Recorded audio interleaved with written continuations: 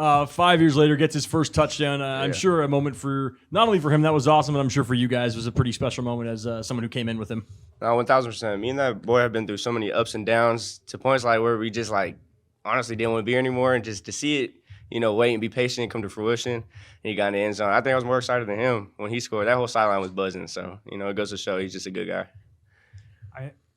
I guess overall, how do you explain going from 3 rushing yards and 1 touchdown to 100? I know you're a receiver, but 139 rushing yards and 36 points. Like what changes in a week? I think the offensive line just played with the edge tonight. They set that perimeter. At receiver, we set the perimeter, digging out the safeties. And I mean, when you do the right things, the ball is going to find its way through the holes, and that's going to happen every time. What kind of leap did you see Jackson take from last week to this week, both in just terms of the huddle and just in play and everything? I think he played with a little bit of nerves last week, which is to be expected. First career start at home versus Idaho, which is somewhat of a rival, I would consider. And then you come up next week, you get your second start. You kind of got to let go of the nerves. You got to play more with something on like a chip on your shoulder. And I think as receivers, our job is to make sure he's more confident. And that's with us catching the ball. And I think we did that tonight. So I think he was just in his flow state a little bit.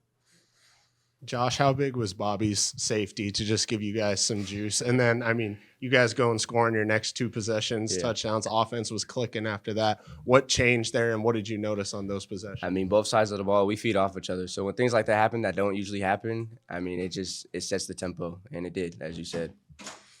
Josh, what felt different for you? I mean, you were catching balls and then running, yards after catch were insane. Was there something different maybe this week compared to last week? My hair's braided. Nah. Really didn't have a choice this week. When you catch the short ones, you gotta run after catch, and that's really, we had a motive this week that we were going to show our yak, and that just happened. Yeah. Curious if you just have any kind of specific pinpoint things, maybe energy, composure differences between last week and this week.